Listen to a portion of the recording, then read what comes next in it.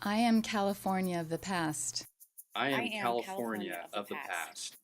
I I am am California California of the of the past. past.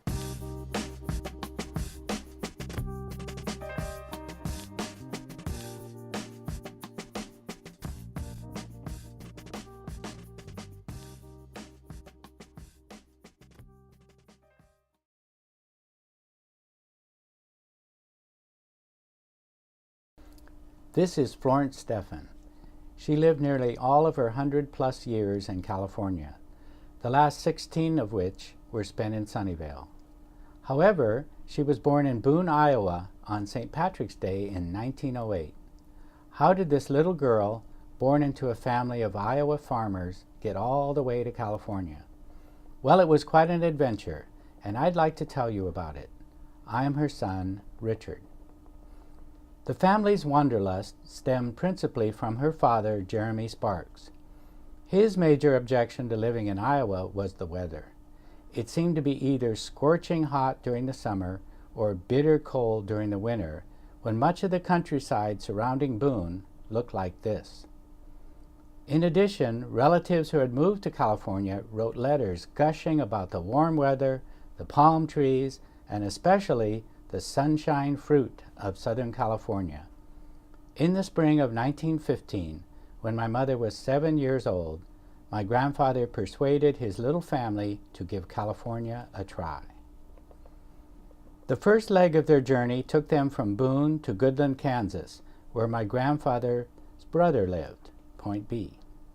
Then they crossed through the southeast corner of Colorado to Albuquerque, New Mexico, Point C.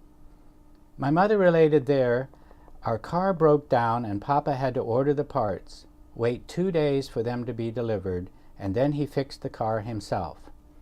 Once repaired, they drove west across Arizona to San Diego and then north to Los Angeles. Much of the trail they followed from Albuquerque eventually became the famous Route 66. When I asked MapQuest about this journey, it calculated the distance to be 2,050 miles and estimated the driving time to be 31 hours and 30 minutes. Of course, they assume a drive on our modern superhighways with our safe, reliable cars and tires, and with all the conveniences along the way. But what was this journey like in 1915? My grandfather's car was a 5-passenger Model T Ford, similar to the one pictured here. It had a 4-cylinder engine which produced a whopping 20 horsepower, and the car could attain a top speed of 40 miles per hour. A new one cost $640 in Detroit. Their little car had no instrument panel, no radio, and most of all, no heater. Notice the only insulation provided to protect the passengers from the outside conditions was the little isinglass windshield and the covering overhead. Thus, when they encountered a snowstorm in Colorado, they sat bundled up in blankets and tried to keep each other warm.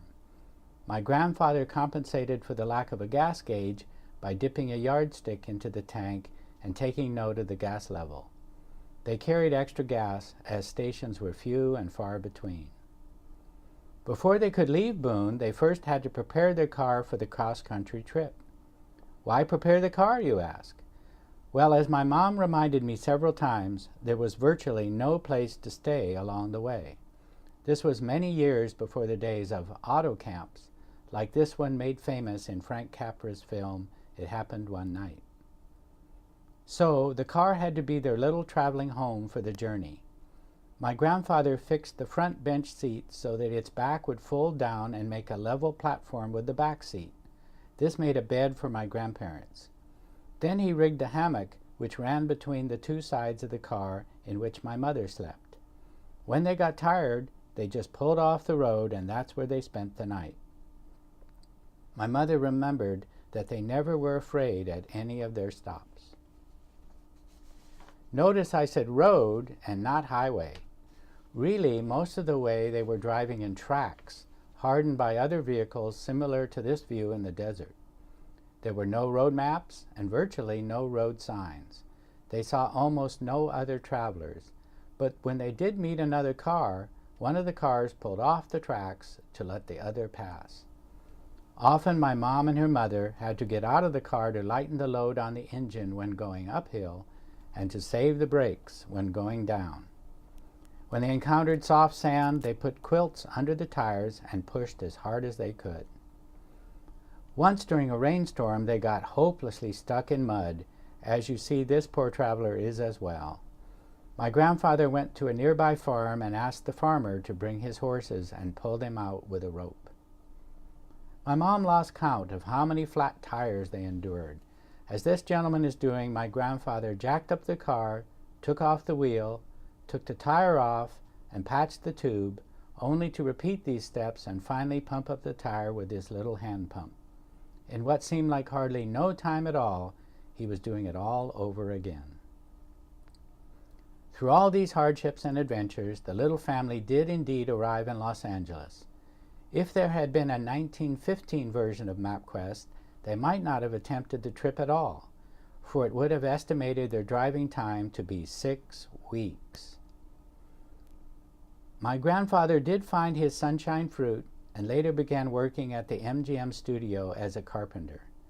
Despite making several trips back to Iowa to visit relatives, they all remained in California for the rest of their lives.